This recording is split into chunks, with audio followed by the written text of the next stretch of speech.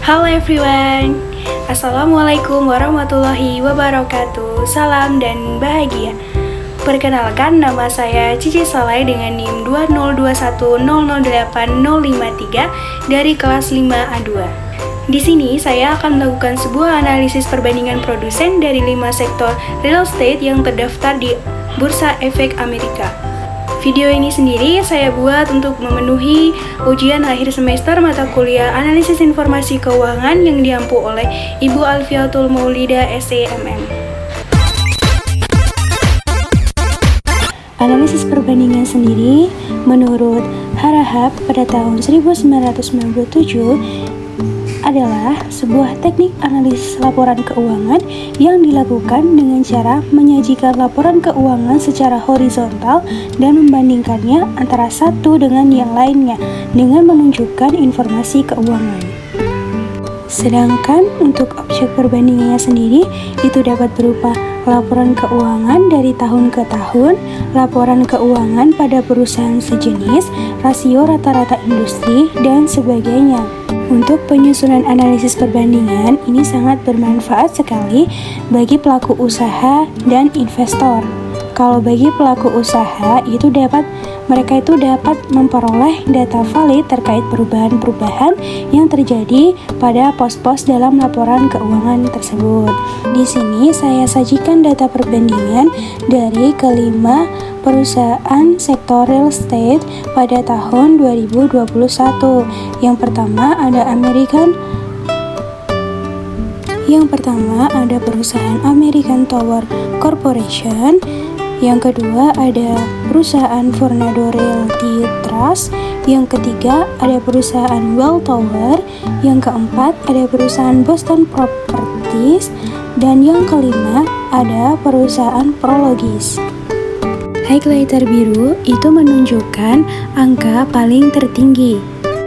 Dimulai dari rasio yang pertama, yaitu rasio solvabilitas yang terdiri dari debt to asset ratio dengan angka tertinggi 0,92 pada perusahaan American Tower Corporation, yang berarti bahwa sebesar Rp1 dari aset itu menjadi jaminan dari total liabilitas sebesar Rp0,92. Yang kedua ada debt to equity ratio yang tertinggi berada pada perusahaan Boston Properties dengan angka 2,05, yang berarti bahwa setiap Rp1 ekuitas itu menjadi jaminan dari total liabilitas sebesar Rp2,05.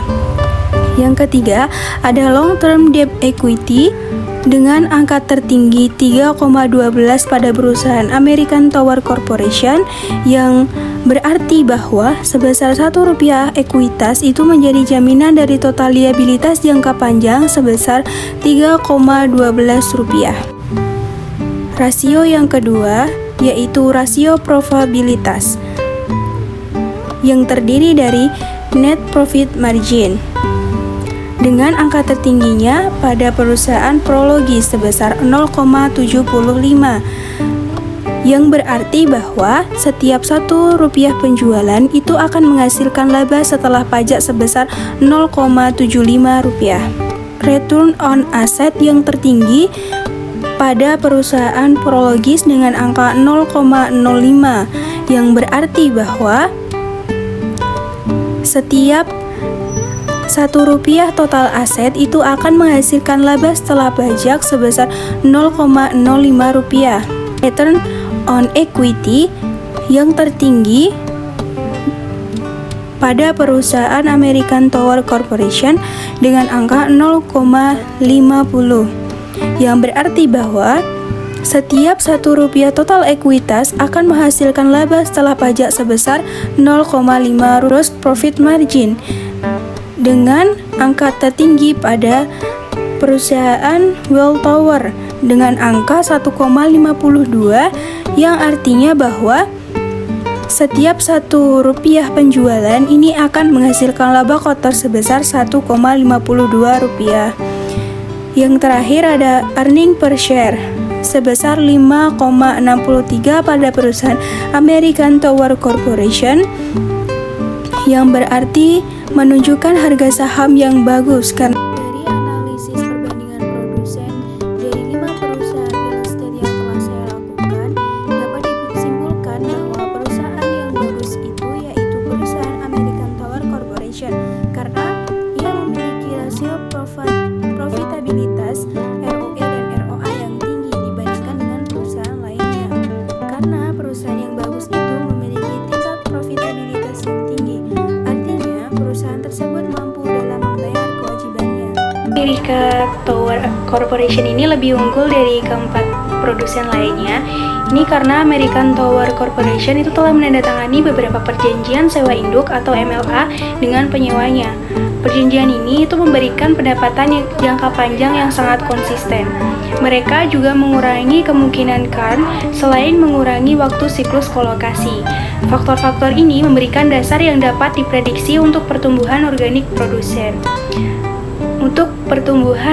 perusahaan.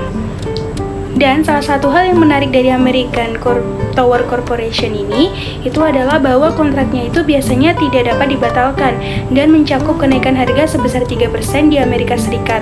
Ini melebihi inflasi baru-baru ini.